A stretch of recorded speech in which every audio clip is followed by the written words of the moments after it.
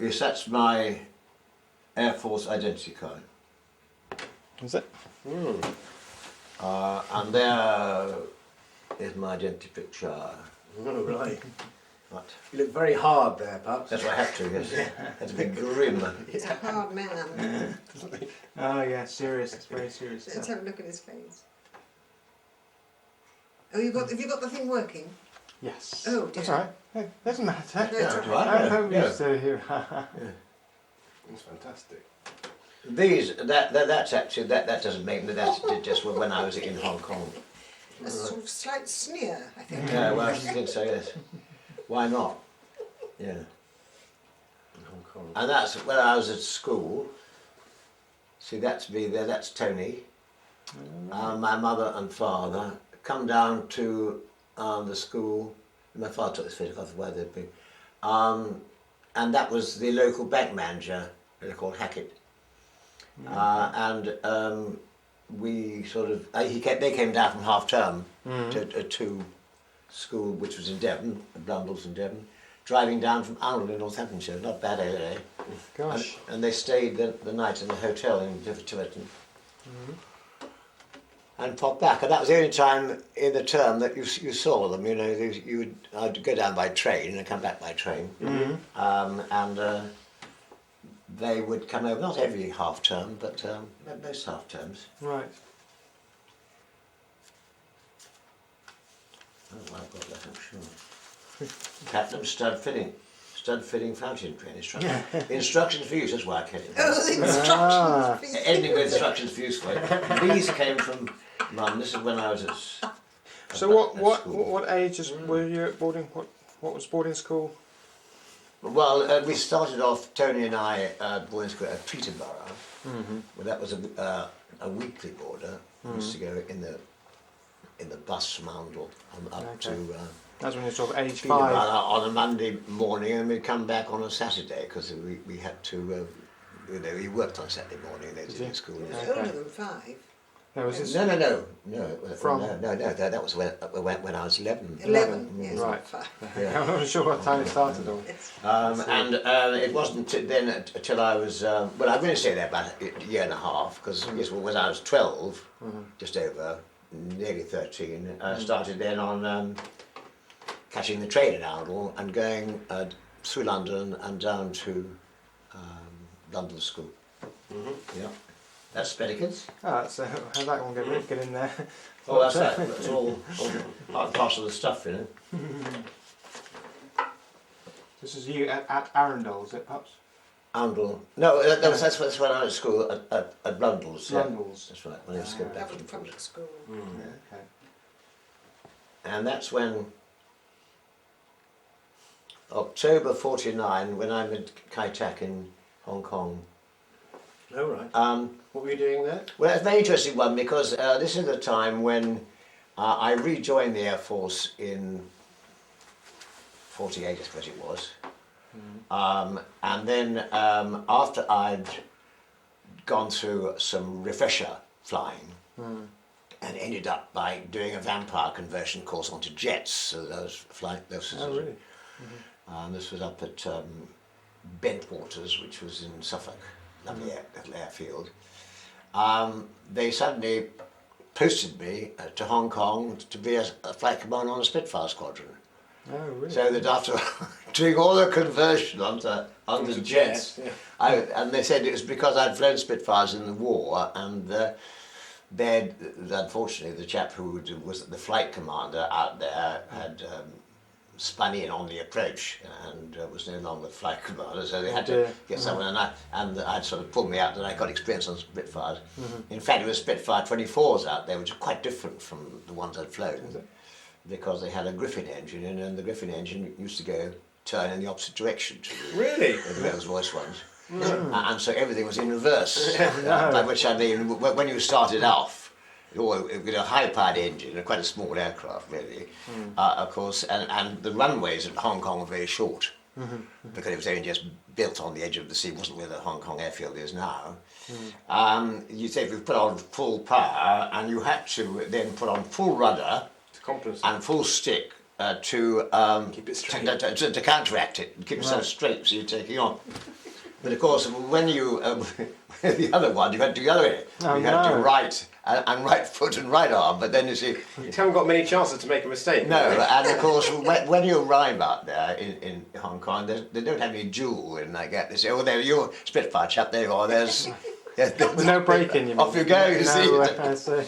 And don't forget, it's just this and that, you see. It's the other, and the other thing was even worse, was because it was redesigned wing to carry fairly heavy bombs and things. When you put the flaps down in an earlier, the orbit Spitfires, you put the flap down and the nose would go down, which was quite nice, that, because it counteracted for the drag of the flap, you see, so that you kept the speed going. But with the Griffin, with the Mark 24 or something or other, when you put the flaps down, there's been up. And so this is what happened to the chap I had to replace, actually. Unfortunately, he hadn't got used to this one, and he's coming round the circuit to do his landing, and he put his flaps down, his nose came up, and his speed got too low, and he spun in. Oh, I see. So it's quite dangerous, really. Yeah. Right. Anyhow, that was fun. That's when I was doing the vampire course, you see, before I went out. See, I'm sitting at the old vampire. Oh, right. So is that one of the first jet engines then? Yeah, there was they had the Vampire was the first de Havilland jet, and of course I'd flown the Meteor once when I'd come back for the fighter leader school from Egypt in 1940, but it was 4 or 5. So that I had flown a jet. But there again, when I arrived back from Egypt, I'd been out in the Far East, I came back to Egypt, I went across to Tangmere to do the fighter leader course. It was the first jet I'd ever seen, actually. I'd never seen a jet before. Right. And they said, who's going to go, we all have to have a fighter in the jet, because it's only a single-seater. And so they said, who's first? I said, well, I don't mind having a go at that. So that I was first. So I saw it, put on my kit, got inside and sat there down and said, well, you have to remember now, you've got no propeller going along on the front, you know. You just open it up slowly and your speed will be so and so and all the rest of it, you know. And so off you go, you know. On your own? On your own, yes, fine, yes. No. First bash, you know. Can you imagine? Ridiculous. On a And then it's very funny because when you come into land with that, because it's got 2 engines, two jets either side, you've got a perfectly clear vision ahead.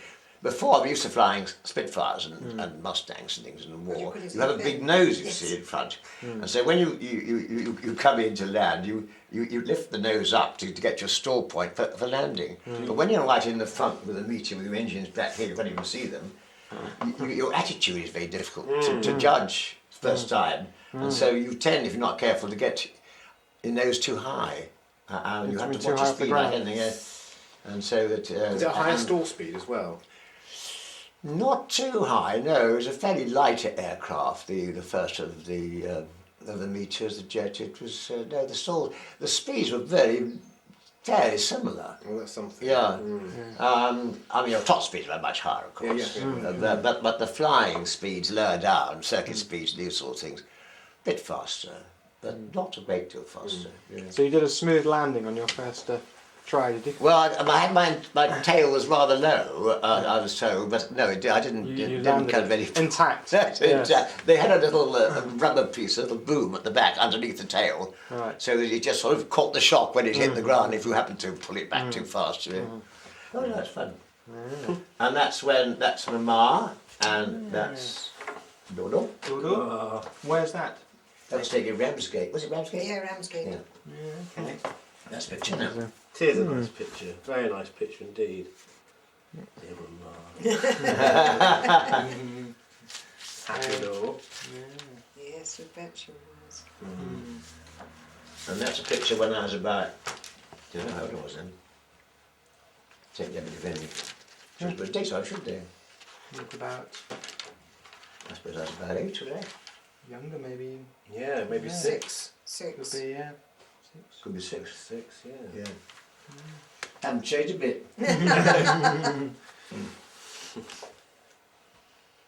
Dear Papa. Wouldn't it possible to do, really? Great out of all recognition. That's Lord Dan. With Dan? Oh, okay. Ah. I think it's Dan. Yeah, Looks like Dan to me. Yeah, it is Dan. Yeah. Yeah. I don't know what these pictures I haven't seen these for years, actually. Were these up in the attic, were they? No, it's in Yeah, the box no, upstairs. I got them in a box, yes. Yeah. No, that is. Ah. Oh yes. It's a nice Your picture, first isn't it? fish tank. With my frogs. I like that, yeah. Yeah. Your aquarium. Yeah. Let's have a look. It's a lovely picture, that one. Yes, I love that picture. Mm. You're really absorbing the whole issue. But that was when I was in Tokyo in '53. And after I went to Hong Kong, 49, things, at the end of my tour there, which was a 3-year tour, the Korean War started, and I was asked by the Commander-in-Chief in Singapore whether I would go and be his representative up at, well, representative, it's an exchange trip actually, up in with the American Air Force in Korea. And an American came and joined Singapore headquarters. Well, one was called Far East Air Force, FEAF, RAF. The other was Far East Air Force, USAF actually, close enough, and so that they exchanged these people. So I went up there and I was based first time in Tokyo. That was a picture of me when I was in Tokyo. And then the rest of the time I was up in Korea, in Seoul, with 5th Air Force. And that was there for a year. That was a very, very cold 50s. winter. That was in '53, I think it was. 49 years, it was in '53, I suppose, yeah. And the strange thing then was, when I was up there, I had to go back every now and again to Tokyo, to the British Embassy, to get my money, to get paid. And when I was there, the air attaché said to me, "Oh," he said, "have you heard that you're supposed to be starting staff college in Andover?"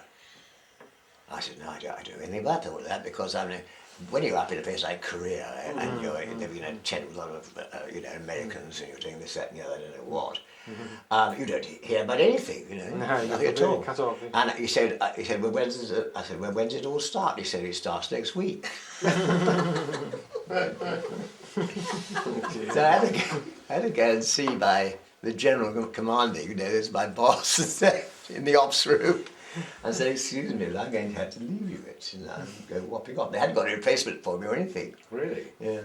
It's a bit of bad communication there somewhere. Oh, it was, yes. And so I was flown back BOAC and went straight down to Andover, and there I was. I hadn't been in England for a very long time again, for only 4 years, you see. But it was 3 years in Hong Kong, a year in Japan and Korea, and coming straight back and going straight down to Andover and finding myself having to be learning staff work. Staff commander, is it called? A staff course. Yes, it's a staff college. College, right. It's the college where you learn not anything to do with flying, and you do sort of keep your hand in flying, because they had an airfield there and they had tiger moths on and things like that. You used to go and fly in the evening. But the main thing was that you learned how to write staff papers, how to plan, all that sort of thing. All to do with working in the Ministry of Defence or in headquarters or whatever it was, as opposed to being a pilot. Yes, yes. And you learnt the whole gamut of the airfield, all the various things from supply side to transport side to, well, Keeping whatever. the whole- Anything like to mention. The whole really. thing Yeah, going, the whole thing, basically. yeah. And that was at 5666. That was just after we got married, wasn't it? Yes. Was it? Yeah. Yeah. So your first home together then? That's right. 566 was our first 566 home Bath Road. That's the together. back. Longford, West Street. That's the back car. Yeah. And that's Hong Kong. Making friends? Talking to the Chinese boy. Oh, right.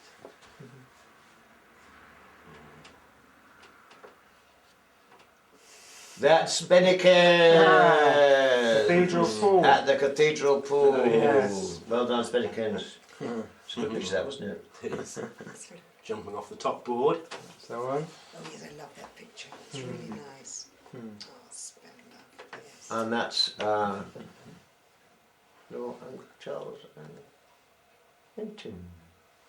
Out for a picnic Yeah, was it? somewhere. Is that funny when we were on came back from south from this place? Funny. Don't know when it was. No, no idea. Awesome.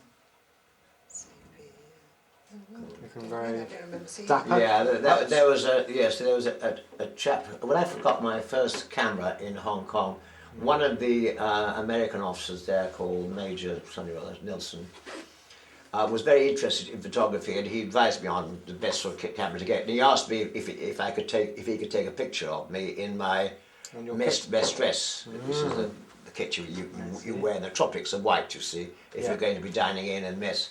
So he swacked it up. You see, yeah. Very smart. Swacked it up. Mm. Ah, there you are.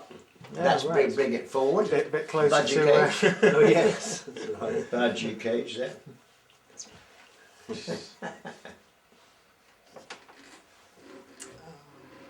Oh, isn't that nice?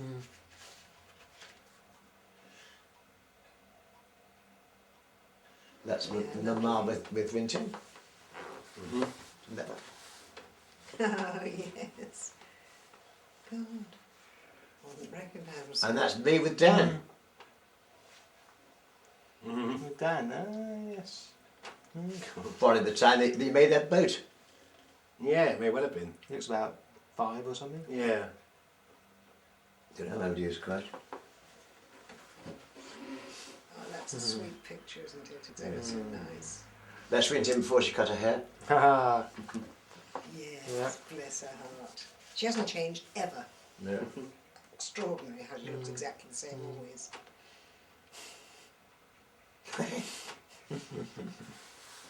What's that? I don't know what that was taken for. Oh, this was taken for the OBE. Oh, was it? Was it? Yes, it was in the local paper, in the Oh. journal. Oh, right. OBE and the family of the OBE chap. Yeah. Yeah. That was in the American Embassy in London. But after I'd come back from Korea and everything else, the Americans gave me a Bronze Star. Ah. And what's that noticed that? Yeah. And I had to go up to be given it by the American attaché, and the Commander-in-Chief Fogarty of the Far East Air Force was there as well. And that was the commemoration thing. Yeah. Was Good that for, fun. Was that for services in the In Far East? Korea, yes. Korea. In Korea. Yes, that was the American. Because I did an exchange officer. I did as an American officer. You see, and lived in there. There weren't any Brits around at all. I see. There was one Australian squadron which went, and there was the British Army brigade out there, which I visited, of course. See them, but I was basically American. In fact, after I left there, and after I'd come back, you know, it was a great flip back to Andover to do my staff college. The funny thing I thought quite extraordinary was how people spoke. You know, I couldn't understand it. You know, Posh English the accents. funny way of talking. I hadn't had anyone talk any but American for a year. Yeah. Yes. Very weird. Yes. You get used to things, don't you? And that's a family photograph. Oh yes, I remember that. CB with his specs on. Yeah, bless him.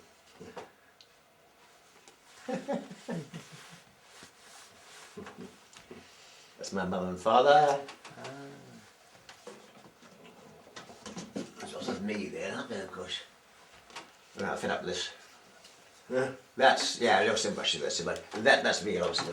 What else have you got in here? Nothing much of anything. That's me again, one of Nearly at the end. those things.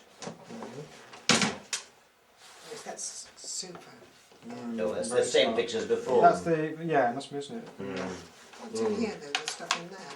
I don't know what's in there. That's one.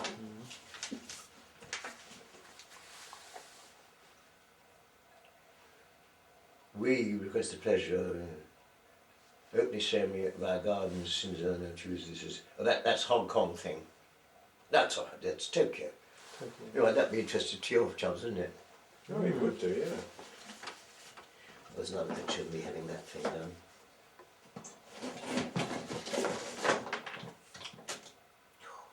That was when I was first commissioned. In colour. No colour. My mother, it's Abergavenny again, as you see down there. I said, you must come down to Abergavenny. I was in the VR, the Volunteer Reserve. And that was my first uniform. And as a proud officer. Wow. That looks like it's almost been painted. Mm. Well, they were coloured in. They didn't have colour photography. I see. They coloured them. That's right. Yeah. It's great, isn't it? Buttons. Oh yes, these are a part of saying that I had phrase when I got this Abergavenny actually, when I got in there. These were the buttons that were on the sleeves of a family, Hutchings, who was my grandmother's family, Hutchings. Her father was a sea captain who invented wire rope. Oh, yeah. And they used to have oil pictures of these ships at Abergavenny around the which had been hand. They were with, fitted with Hutchings, peat and wire rope and so on. Anyhow, he made a lot of money, and he got himself something hall, I don't know what it was called, in Norfolk, and that was the unit worn by the servants, by the footmen, these sort of people. Yeah. When they were on the sleeves or the jacket, I think, yes. Amazing. And they've got the thing on them, whatever it Crest. was. This crest thing, yeah. Was that the crest of what? I don't know. I don't know. It's very strange. But the Hutchings had got the from that the money that I got, a bit of money I got from Pat Tony when Mum died, originated with that chap. Did it? Yeah. Yes. And he was the, and then the Goffs were they hadn't got any much money about at all really, but they'd got a fairly good background, I think it was. They're strange, isn't it? So they had a. Fascinating. Yeah. It might be interesting to clean one of those up and see what it has got on it. Yeah, it would. I don't know what the picture is actually. It's a crest, isn't it? It's Yeah. a family crest. Yeah. Some sort of family crest. You could probably find out. Yeah. So it wouldn't be a Hutchins family crest. It is Hutchings, yeah. It's a Hutchings thing. On the internet. See, that's a Hutchings That's a Hutchings thing, yes. thing there. That's right. That's because that's my grandmother's. It was given to my grandmother by her sister when she married the Goffs. And she's a Hutching, that's why it's H. Ah. And the G is the Goff at the Yes. top. Yeah. So it's Goff from Hutchins. Yes. No, it's Hutchings from Hutchings, I think. It's H and H, isn't it? No, it's G No, and no, H. G to Is it H. AHG from CEH. H. Oh, right, yes. So it's Comes Goff out well from with the Hutchins. polish, doesn't it? I know why. Yes, it's actually because my grandmother was a Goff then. It was given to her for her wedding by her sister, who was a Hutchings. Oh, I see. But because obviously sister had married a Goff, she was now a G. So it was H to G. Yeah, that's what it was. It was a wedding thing. Those were cards that I kept when I was a boy, but they're all mixed up now. But that got my first interest in things like butterflies and birds. Used to get them, collect them from players' cigarettes, Okay. butterflies of the world and things. And he used to keep these at school and swap them. Oh, I know, yes. And Brook Bond tea. Oh, Brook Bond tea was it? Well, some gave all manner of things. But they were very interesting, and the butterflies, particularly, are these all Brook Bond tea? I don't. No, that's John Player, you that see. one's John Player. Yeah, I thought they were John Players. But And that one's Brook Bond tea there, for instance. yeah, and there were aeroplanes too. So you've got some very interesting things. Yeah. Famous firsts. I don't know where that came from. And you look. Yeah, of course. But it's funny how you get a lot of interest when you're very small and at school, and they keep going, don't they? Yeah. They keep going all the way through, really. Yeah. It's quite surprising. What's in Yeah, here? cigarettes, yes. Ooh, money. Ooh. 5 shilling note. Is it? East African Currency Board. There's a £1 coin, isn't it? All coins. Pennies. Worth millions. Yeah, yeah. Ones with a hole in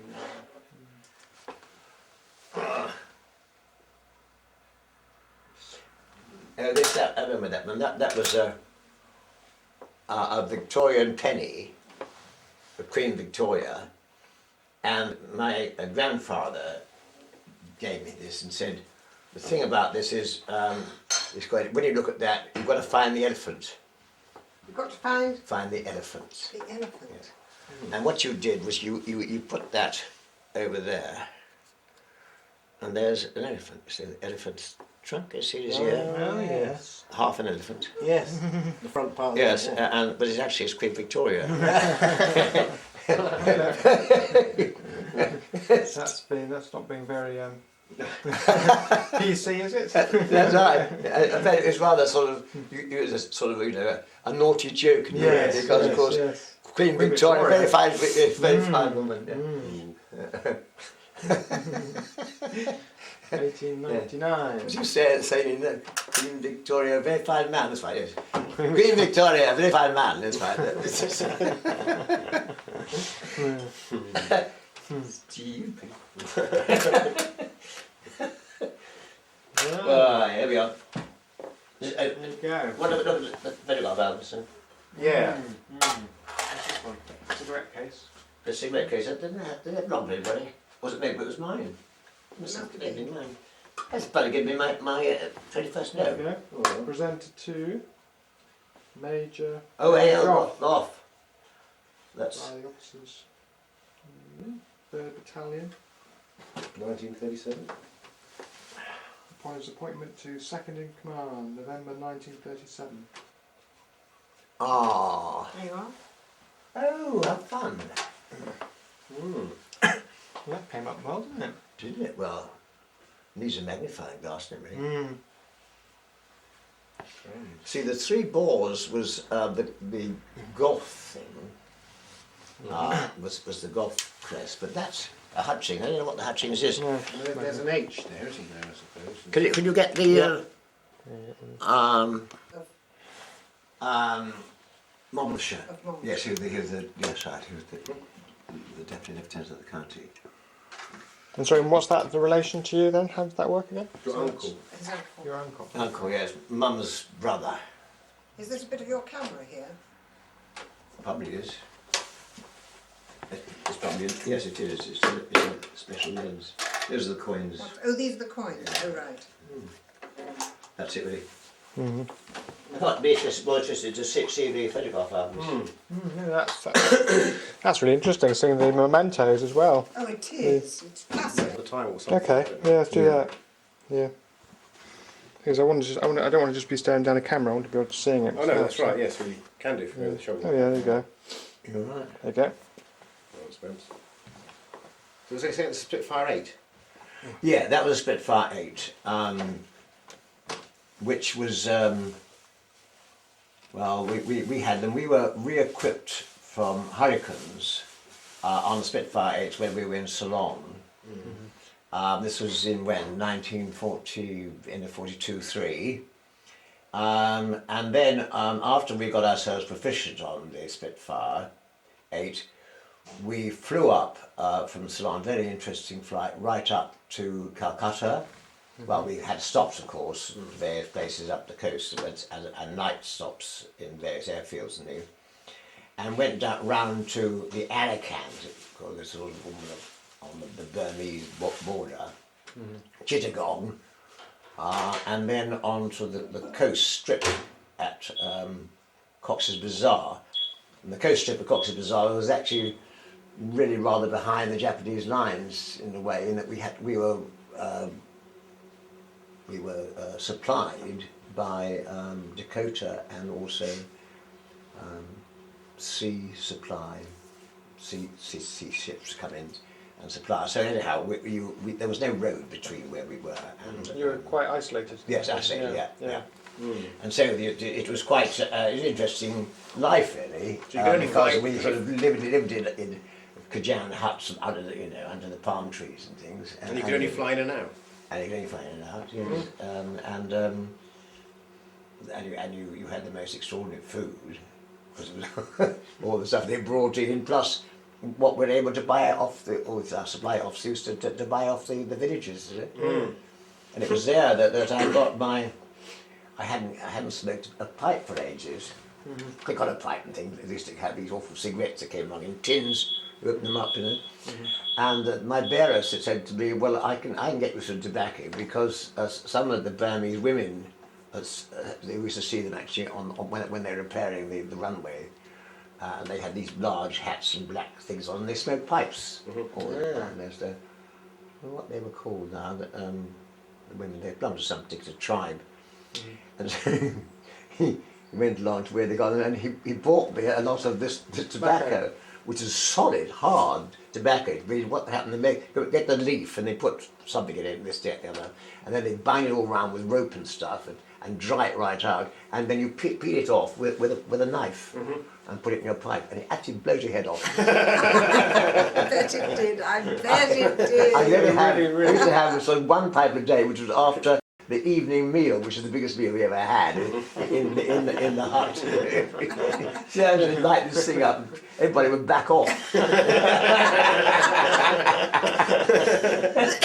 And then afterwards, when I said there's some supplies improved, and what I did was I used the rest of the tobacco in my suitcase to keep the ants out, the white ants. Powerful insecticide. And the first time I hauled out my suitcase, but when I was in Ceylon actually, it wasn't, I had it under the bed, I found it hadn't got any bottom left to it at all. It had been completely eaten away. It had been under my sort of bed thing, charpoy. So I got another one from the bazaar, another suitcase, but this time I stuffed all this tobacco into it and nothing went anywhere near it. Really? Well, there you go. How wonderful. Now that was flying training school, 31 course, and I'm in there somewhere. And this is when I was a flying cadet. I had these you had these white things in your hat. And Trying to find have they got all the names there? Have they? Yeah, they have, yeah. Oh well. Harris, Millman, Page, Parfitt, Reeves. I bet they're somewhere. Gordon. I remember Gordon, and there's Vidal there too somewhere. Oh, there you are, Lawton. Oh, Just there. oh yeah, top row. Yeah. Right. I better. Now that was taken when I was in Ceylon, as it was then, of course, and that's a hurricane. And that's the picture. That may be taken at China Bay up in northern Ceylon, because it's a grass runway, or a grass airfield. And that's the sort of kit that we'd wear. We'd fly it with just shorts on and things. But we had a Mae West that you wore, blow-up thing. That was because we used to fly over the sea a lot. And that was where... So that was one of the earliest photographs. The only photograph I think I got, which has got a hurricane, or there shows to be a hurricane there. Even got the number 4952, yeah. And then we had a football team. Oh, yeah. In Hong Kong with Diane in the middle there, Yeah. and that was Bob Mays, who was the CEO. He was an Australian. He was an Anglo-Indian. He was another Australian, and there's a New Zealander somewhere. Anyhow, we were very mixed. In fact, when I first arrived on that squadron as a pilot officer, There's only one other English pilot on the squadron, and he was a sergeant pilot called Foster, or Forster, actually, it's Forster. And he, strangely enough, he used to live in Oundle. At the same time as, because he went to Oundle School. And we were at Oundle, of course, before the war, because my father was a bank manager there. And it's really remarkable that there's only one other Englishman on this squadron in Ceylon. First, I'd ever been abroad, and he came from the same village as he was in Amazing. Yeah, amazing. Yes, Weird, it is, isn't it? Yeah. Gosh. And that's when we were up in the hills at a place called Nualia. Stayed with a TT planter. This is when we had occasional weekends holiday, you know. And those Picking of course, tea? are tea pickers. And this is a hurricane. I don't think I'm on this one, am I? Don't think I am. No. Don't think so. No. But that was the CO. He was an Australian. Yeah. Let's see what happened. That must have been that was in Colombo, because it's got a hard runway. These are up in the hills. These were, with the Pembertons. Oh, another American picture.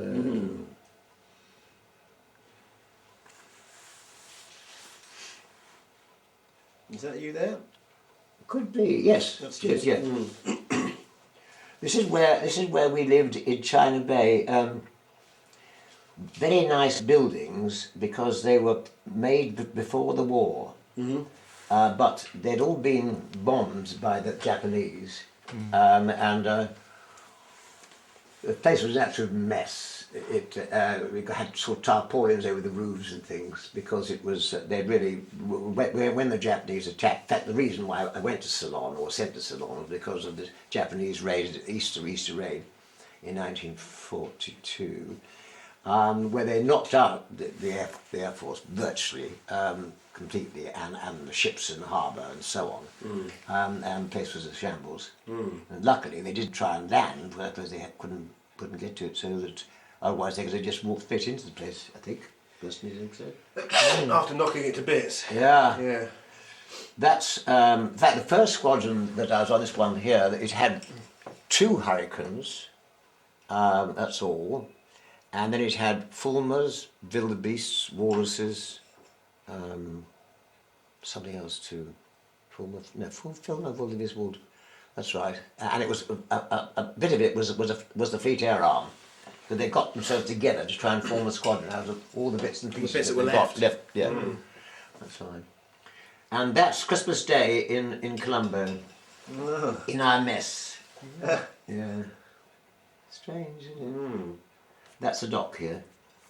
We had a doctor.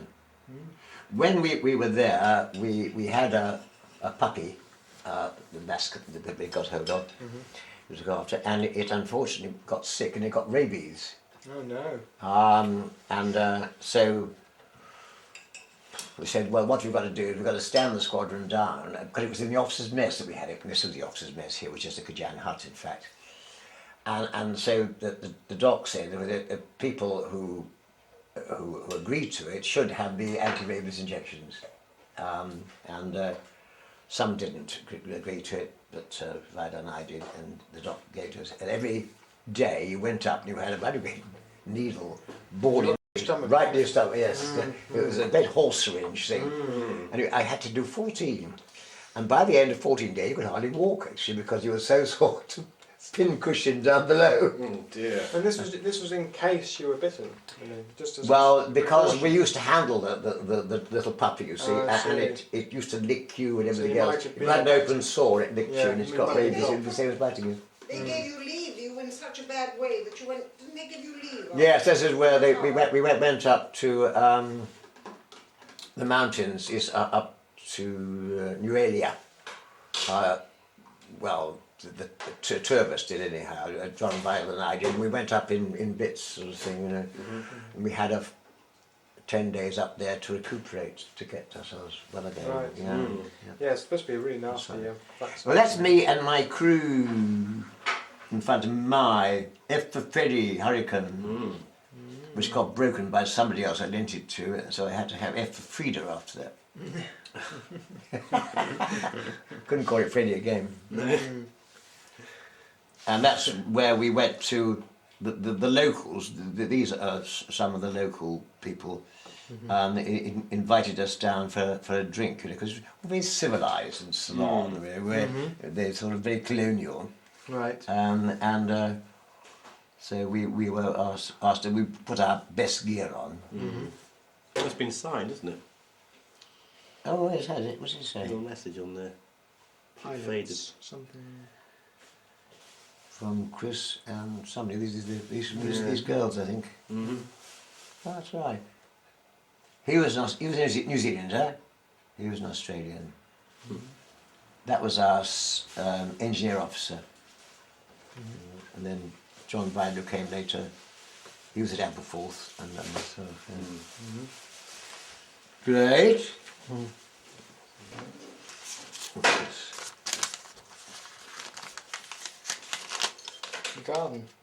Garden. Sort out the beds. 5 rows fertiliser. Get tom bags. Dig bean trench. Oh, no. What's that doing in there?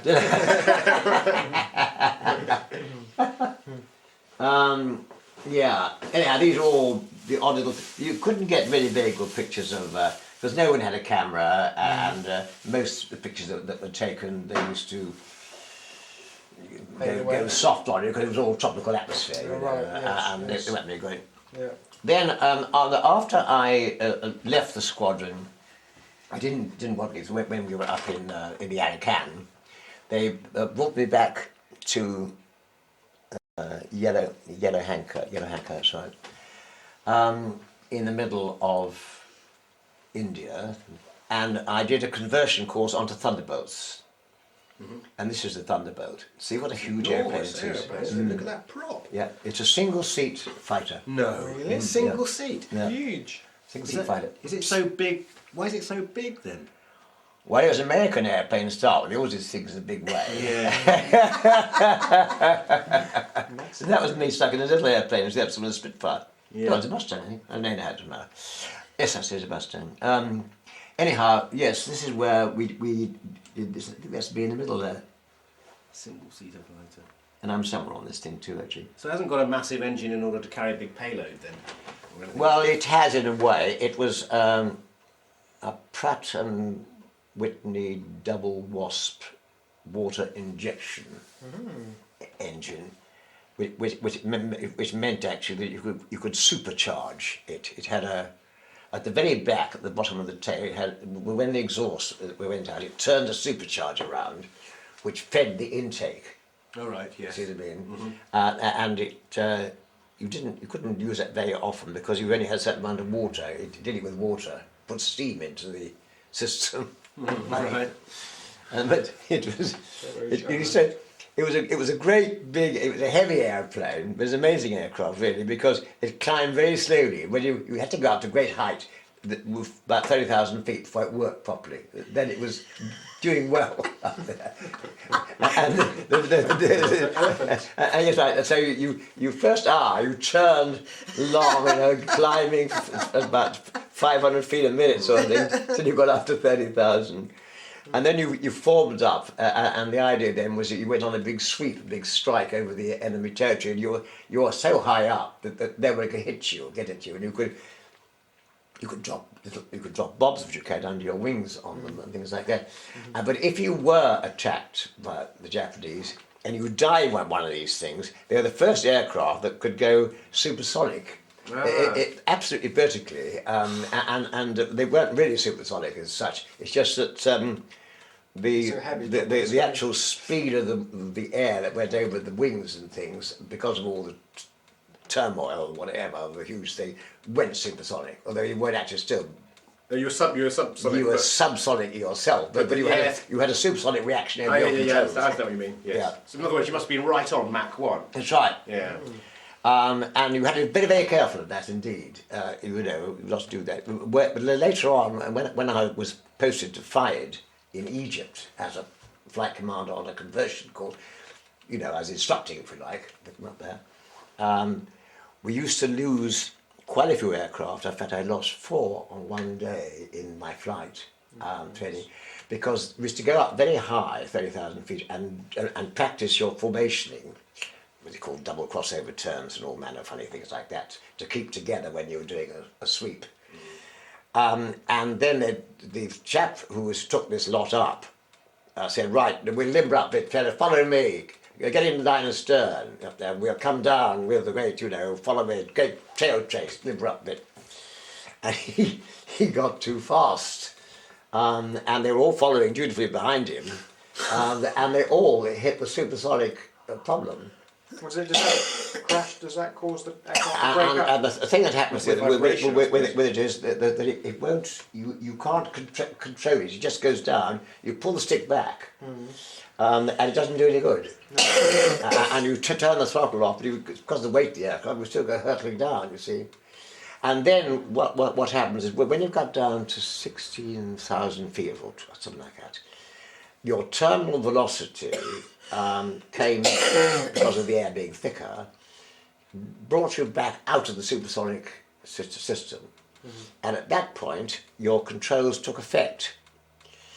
And it wasn't realised quite. And so that suddenly, when you had your stick was right back and you trimmed it right back and you were trailing it back, it suddenly took effect.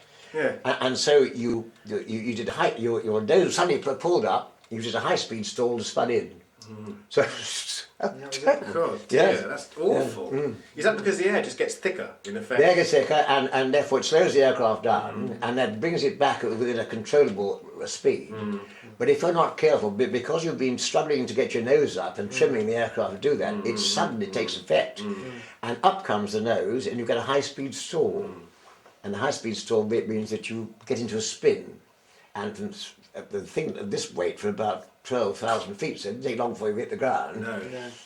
So and all 4 aircraft. All 4, in fact, I had to go out into the desert with a jeep to find them, with the intelligence officer, and make sure that there was some, but they were just literally almost holes in the ground, with a great line. Terrible thing. Then after that they modified them. They put certain kind of flap in them, which allowed you to slow you down sufficiently to be able to get back under control. But of course the thing was never to get in that position. But it was, anyhow, they were amazing aircraft. People were fighting on them, actually. I'm not surprised. Yeah, they were. With good reason. Yeah, that's the trouble. Too big for And so that my one of the tricks I did, because I knew the aircraft well by the time, I used to take one up, and I used to do aerobatics over the airfield to say to the To chap, reassure "Look, them. it's all right." Yeah, to reassure And I them. used to do a loop, roll, put off a loop, and all the rest. But I didn't do stall turns, of course. It was but if I get the speed up, you could do rolls and loops off the top of the roll and so on. And I say, look, chaps, it's easy. Don't worry. Then after that, I was posted up to Italy, and this was the very end of the war, right, beginning of 1945. They were equipped with Mustangs. And of course, I'd never seen a Mustang game before. I mean, I went up there, and the CO was suddenly sent off, or the day I arrived actually, because they call it lack of moral fibre, they called it. I mean, he'd got a head breakdown because of he'd been there a long time. So I was the senior flight lieutenant, so they appointed me as the squadron commander.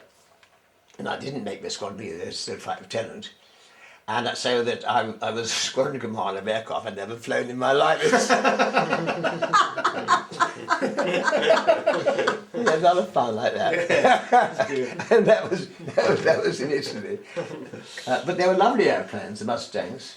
I'm very fond of them indeed, actually. They were as safe as houses. They were different from the 4,000 post. They did everything at 250 miles an hour. Took off, landed, climbed. You only had to remember one number.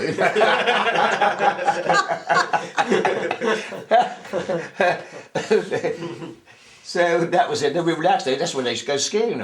Ah, excellent. Amazing, isn't it? And we'd go down to yes, there we were in Venice on a weekend. Because the things had quieted down and everything had virtually finished. We used to do patrols over Yugoslavia and this sort of things in northern Italy, northern Italy and Germany. But we were really just on the defensive side, just waiting, and so we were very, very easy going. It was a good life. And so at the weekend we'd go in the winter we'd go up to Cortina for skiing, and summer we'd go to Venice. Very nice. You probably needed the break, I imagine, after. Yeah, you did actually. Yes, I mean because we had an airfield of our own with the squadron when I was the CEO of it. And we had our own airman and everybody else looking after it. Well, it wasn't just the pilots. And we billeted in villages. So that we're pretty scattered out. It was quite a, it was a weird sort of situation. Yeah. But enjoyed it. But here, the most memorable Easter, I remember that. There was Easter was coming, so we stood down, everything was stood down for about 3 days for Easter. So I went out up into the foothills with a friend of mine. We said we'll go out, we would just walk up, we dropped off, we'd sort of walk around up in the Italian countryside. It was absolutely lovely, beautiful weather and everything else. And we stayed on Easter Day, we were staying in a little sort of Variano place, a little hotel, I suppose you call it, everything. And they brought us eggs, all sorts of, which had dots of blue paint on them and everything else, all decorated up as Easter eggs. Orthodox. And we got pretty broad. We weren't in uniform because we were just wearing ordinary sort of light sort of kit shorts in. And there was a group of Italians there who tried to talk to us about something or other. And they got the idea, I think, that we weren't English, that we were Germans. No. And when we left that place, we went along, we were sort of walking to the next village, just doing it like that, Suddenly, a whole lot of Italian police, about 4 of them, I think, sprung out from the road here. There was like a lane with their guns aimed like this. And it showed hands up, all that sort of stuff.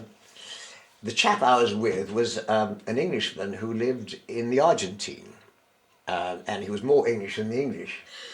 And I put my hands up, and I said, "Come on, put your hands up." He said, "I'm not going to put my hands up to these damn Italians." I said, "For God's sake, put your hands up, chum. What's the matter? Why?" He said, "No." Anyhow, he did it, yeah.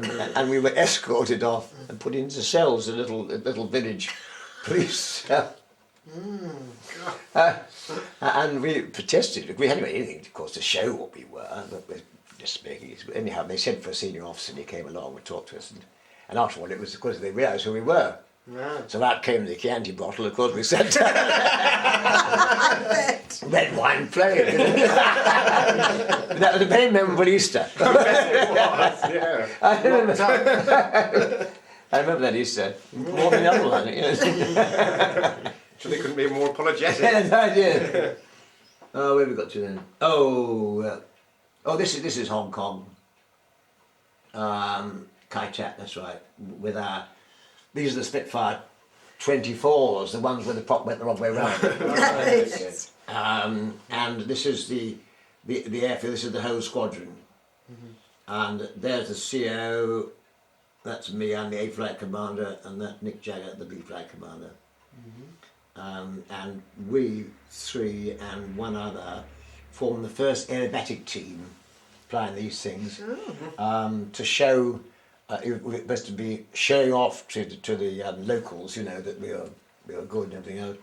So we used to get into 4, and we'd do loops and rolls and things like that. And it was first little go. It was a hell of hard work too. You can imagine all this, putting this power on, twisting the engine stuff, and trying to hang on in there, And when we were practicing for it, the CO went too slow once upon a time. When he was doing the loop, counter top, got this upside down there. hang on, like this, we got into an uncontrollable situation, going too slowly. So luckily we drifted apart, and got ourselves back into speed again. So, a bit faster next time, boss. It's of course, boss. So he he recovered all right. Oh, we got right, yes. Well, nothing happened because we were all right because we were only 4, so we were able to move ourselves away from each other and individually get ourselves under control and come back again. Those are great days. That's 3 lovely years there in Hong Kong. Right. And that's outside the hut where we used to fly. That's our 80 Squadron Bell. That was because the squadron was formed in the 14-18 war by a chap called Major Bell. And so being extremely inventive and everything else, of course, they took the bell as being the squadron bell. And to be even more inventive still, the motto was, strike true. Marvellous. I mean, how naive can you get?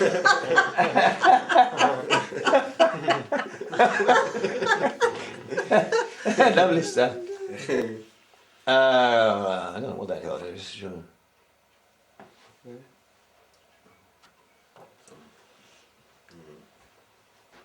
Oh, I think this was something else altogether. There must be a squadron reunion somewhere. Don't know what it is. And there we are again. This is Hong Kong. You can see the mountains up there around. Quite a very tricky airfield to get in and out of. And there's again is the CO, Nick Jagger, the B Flight Commander, me the A Flight Commander. These are our pilots around the place here.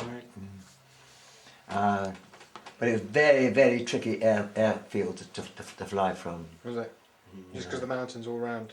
Yes, and because you see, you couldn't use radar there because the mountains were all around. You had no Met system, and all you had was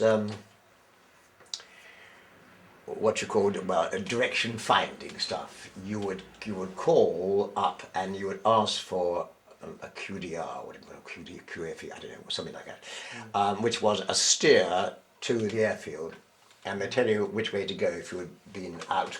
So you were absolutely on the edge of China there, so all your flying was really over the sea and over the islands. We used to patrol the islands, but some of the islands were taken over by the Chinese communists. So that sometimes the weather would clamp in, because you weren't quite sure, and you'd get your idea, you'd come down, and you would get down, but you had to be very careful because there were only 2 entrances to Hong Kong, the eastern side and the western side, sea entrances to the inner bay, you see, and the airfield was at the top of the bay there and the mountain behind it. And you were supposed to come down so that you were down to the sea level on one of these approaches, and then they'd painted the cliffs white on the right-hand side, and you tried to pick up the site of the white cliff, and you flew along the white cliff, because quite often the Hong Kong Island itself had plenty of indents, and you would go up one of these indents and find that it was a blank.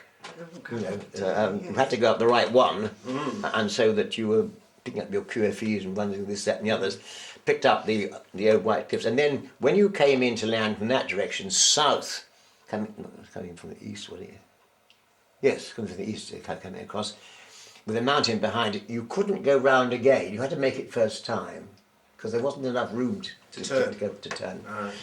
So you would open the window, open the top, lean out the side, and get it down with the flaps and just get it over the sea wall. The sea wall was there. The runway started there, and plonk it down and put your brakes on. Of course, there we were, and you were okay. But you couldn't come in the other way to land because there's no way of steering around that way. You had to come over the sea. Right. So you had to go. The only one way you could land would be, the runway went straight into the hill. So it was all very, very dicey. Yeah. A chap called Bonham Carter came to be the CEO. This is when we were converted onto Hornets. And Air Commodore Bonham Carter, from the famous Bonham Carter family, he was very deaf, and he was a great character. And he reckoned that he was going to take over command. He'd fly the first Hornet in from Singapore, because he got a very marvellous range. They had to go to Clark Field, Philippines, come across. So off he went. Now, he arrived, he was on the RT, in Hong Kong above cloud, and the weather was bloody awful. And because he wasn't very good, he wasn't hearing what was going on.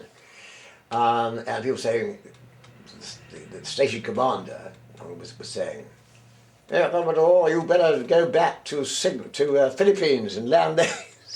No good, you can't get down here. You never, because you don't need the place for you. You do all this intricate, tricky arrival stuff.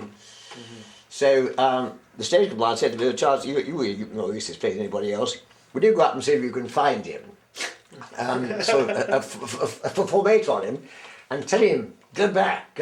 You see, like that. You see, and see if you get him on the radio anyhow, because he couldn't hear very well, because he was Deaf as a post. you see. So I went up there. I just found him, and a formate on him. He said eventually said that. You see. So then I had all this caper of getting back down the ground, onto the ground myself, through all this cloud and finding the bloody white cliffs, you know, and all the rest of it. I bet you did that. Then, finally, when he'd taken over command, we were all, some of us were trying to do the staff college entrance examination, he had to interview me for suitability for going to staff college. And I sat down there and it went into his office thing, which is on the peak, you know, Long Island, and he put a speaker box there, the wires came out into his ears, and he said, "You can look at me," said Lawton, "but you talk into that." You see.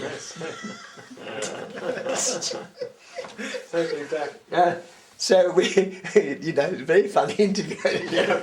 And he knew also I was a fellow actually who'd done this. Yes, someone told him actually. So anyhow, he said, "All right," you know, he said, "I'm recommending you for staff college." So it was obviously worthwhile bringing him down, or telling him not to go down to the glass. Excellent. Oh, yeah, I think it's about enough of that, don't you? That's great. That's really good. Yeah. Such good Extremely story. What a history. Well, it's fun, isn't it? It's fun. Great, great fun. Adventurous history. Absolutely. How many bits left on there? It's almost finished, actually. Well, that's a good Well, time to what stop. Yeah. would be better? Good Yeah. timing. Have It's lunch finished. for you, lambs. Here. Fantastic. That's Excellent, really yes. good. Well, that's